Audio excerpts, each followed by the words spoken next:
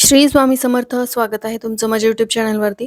आजचा दिवस तुम्हाला खूप छान सुखाचा समाधानाचा जाऊ देत हीच मी स्वामींच्या चरणी प्रार्थना करते आणि आजच्या व्हिडिओला सुरुवात करते.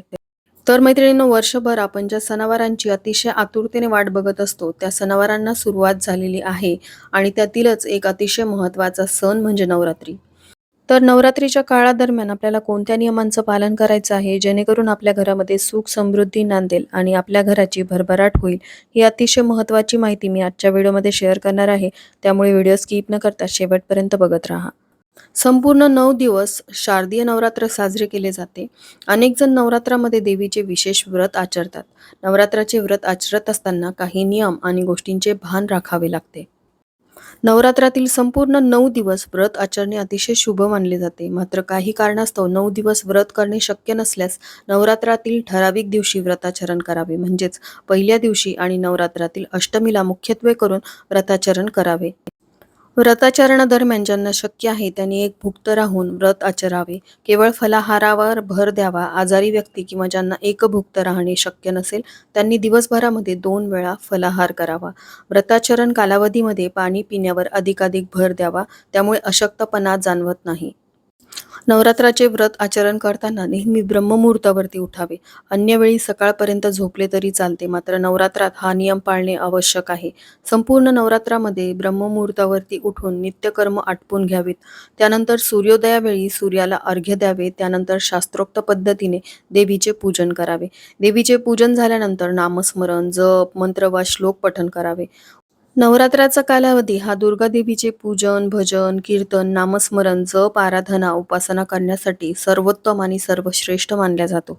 म्हणूनच या कालावधीमध्ये देवींच्या 9 रूपांची उपासना करायची असते. देवीची उच्च कोटीची सेवा म्हणजेच दुर्गा सप्तशतीचं पठण करायचं असतं. ज्यांच्याकडे घटस्थापना होते त्यांनी घटस्थापना करायची आहे. ज्यांच्याकडे गावी घटस्थापना केली जाते, नोकरीच्या निमित्ताने तुम्ही बाहेर गावी असाल तर अशा वेळेस तुम्ही अखंड दीप लावून देवीची सेवा करू शकता. त्याचप्रमाणे आपल्याकडे जशा पूर्वापार प्रथा परंपरा पाळण्यात येतात त्याच पाळाव्यात. नवीन काही नियमांचं पालन करण्याचा प्रयत्न करू नये, कारण पूर्वीपासून ज्या घरामध्ये तुमच्या कुळामध्ये रूढी परंपरा असतात त्याचंच पालन तुम्हाला करायचं असतं. आता आमच्याकडचं सांगायचं झालं तर घटस्थापना झाल्यानंतर आमच्याकडचे देव बसतात, त्यामुळे आम्हाला देवांना हलवता येत नाही. रोज त्यांची हळदी कुंकू फूल वगैरे अर्पण करून धूप दीप दाखवून आरती वगैरे करून अशाच प्रकारे पूजा केली जाते. तुमच्याकडे जशी पद्धत असेल, जशा प्रथा असतील त्याच प्रकारे तुम्हाला घटस्थापना झाल्यानंतर देवांची पूजा करायची आहे. जर तुमच्याकडे देवांना स्नान घातलं जात असेल तर तसा तुम्ही नियम पाळू शकता, हरकत नाही. आता त्यानंतर सगळ्यात महत्त्वाचं म्हणजे नवरात्रीच्या 9 दिवसांमध्ये आपण देवीची उच्च कोटीची सेवा म्हणजे दुर्गा सप्तशतीचा पाठ करत असतो. कोणाला एक जमत असेल एक करावा, 5, 7, 14 अशा प्रकारे तुम्ही दुर्गा सप्तशतीचे पाठ करू शकता. पण हे पाठ करत असताना काही नियमांचं पालन तुम्हाला करावं लागेल, ज्यामध्ये तुम्हाला हे पाठ करायचे असतील तर तुम्हाला जेवणाच्या आधीच हे पाठ करावे लागतील. जेवण करून कधीही दुर्गा सप्तशतीचे पाठ केले जात नाहीत आणि जर शक्य असेल तर 9 दिवस तुम्हाला उपवास करावा लागतो. आणि फक्त तुम्ही पहिला दिवस आणि अष्टमीचा दिवस उपवास पकडणार असाल, इतर दिवस तुम्हाला उपवास शक्य नसेल तर अशा वेळेस जेवण करण्याच्या आधीच तुमचा पाठ पूर्ण व्हायला हवा, ही काळजी तुम्हाला घ्यायची आहे.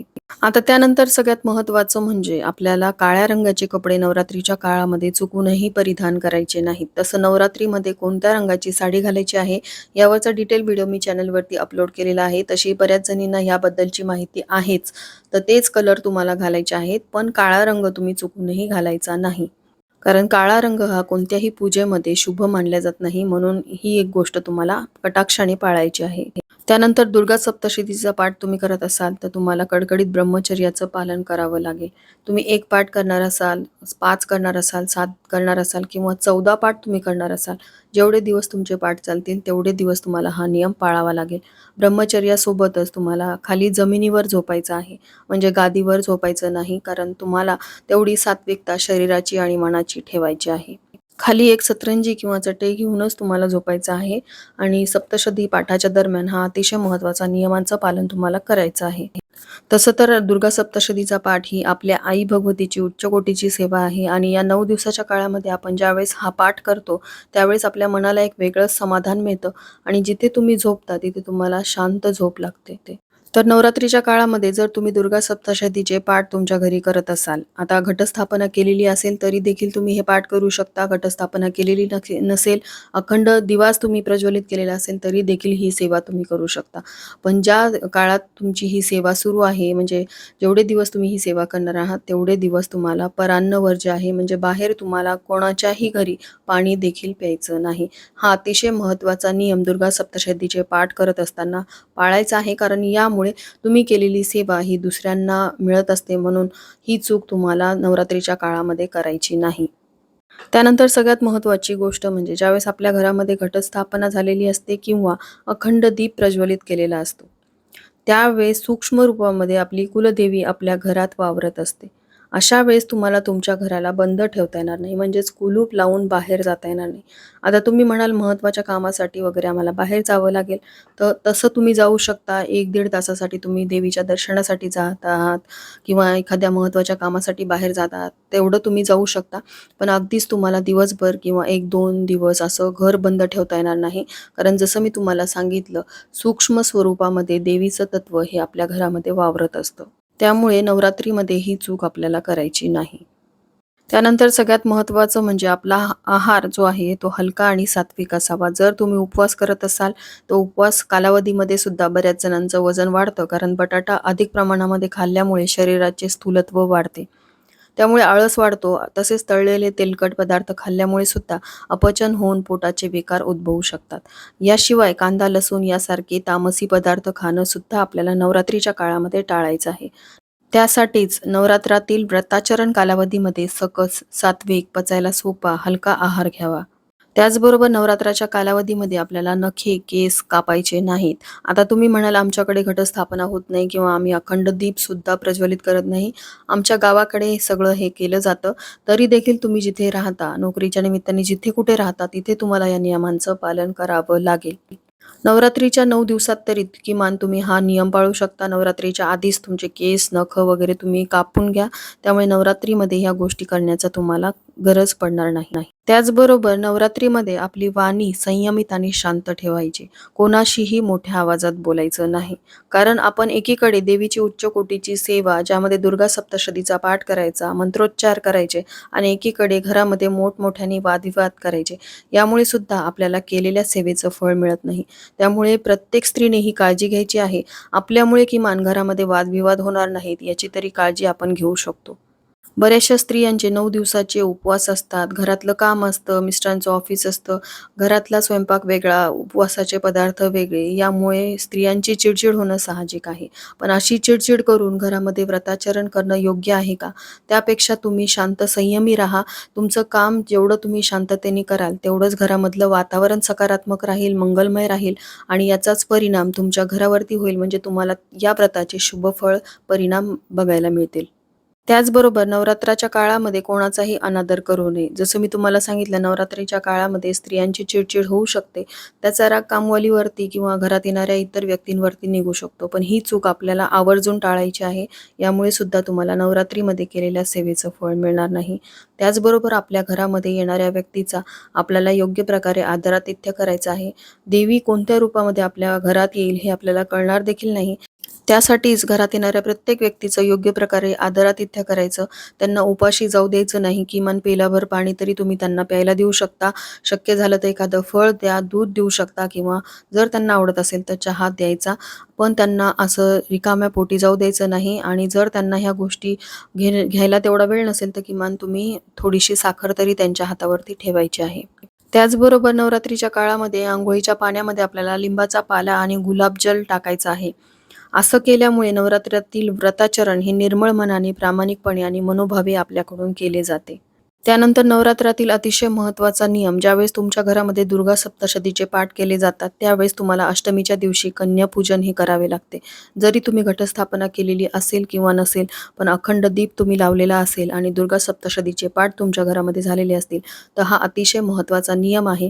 तुम्हाला अष्टमीच्या दिवशी 1, 5, 7 अशा कन्यापूजन करायचं आहे.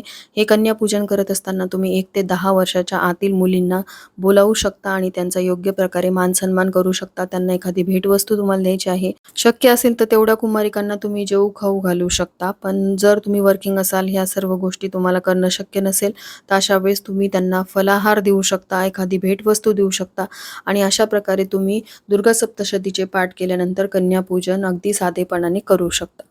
आणि जसं मी तुम्हाला सांगितलं, कन्यापूजन करत असताना मुली ह्या 1 ते 10 वर्षाच्या आतल्या असाव्यात, कारण ज्यांची मासिक पाळी आलेली आहे त्या या कन्यापूजनासाठी चालत नाहीत. म्हणून या गोष्टीची तुम्हाला काळजी घ्यायची आहे आणि 1 ते 10 वर्षाच्या आतल्याच मुलींना घरी बोलावून दुर्गा सप्तशतीच्या पाठाचं उद्यापन करायचं आहे.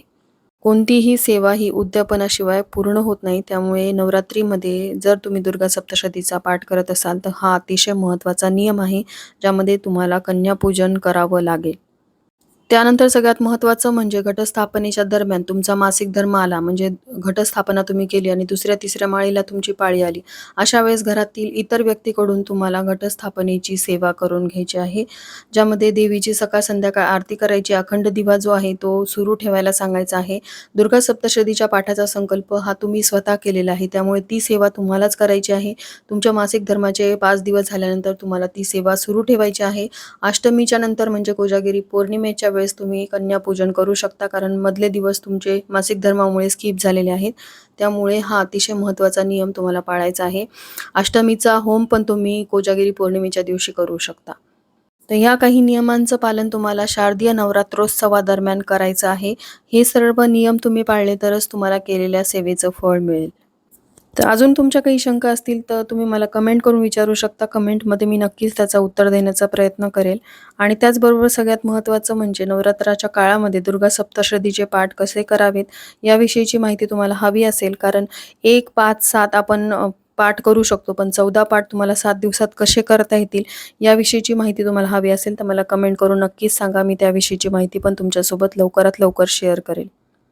तर चला मैत्रिणींनो, झालेली सेवा मी स्वामींच्या चरणी अर्पण करते. इथेच व्हिडिओचा एंड करते. व्हिडिओ आवडला असेल, हेल्पफुल वाटला असेल तर जास्तीत जास्त लोकांपर्यंत हा व्हिडिओ शेअर करा, व्हिडिओला लाईक करा आणि चॅनलला सबस्क्राईब करायला विसरू नका. भेटूया तशाच एका नवीन व्हिडिओसोबत. तोपर्यंत सर्वांना श्री स्वामी समर्थ.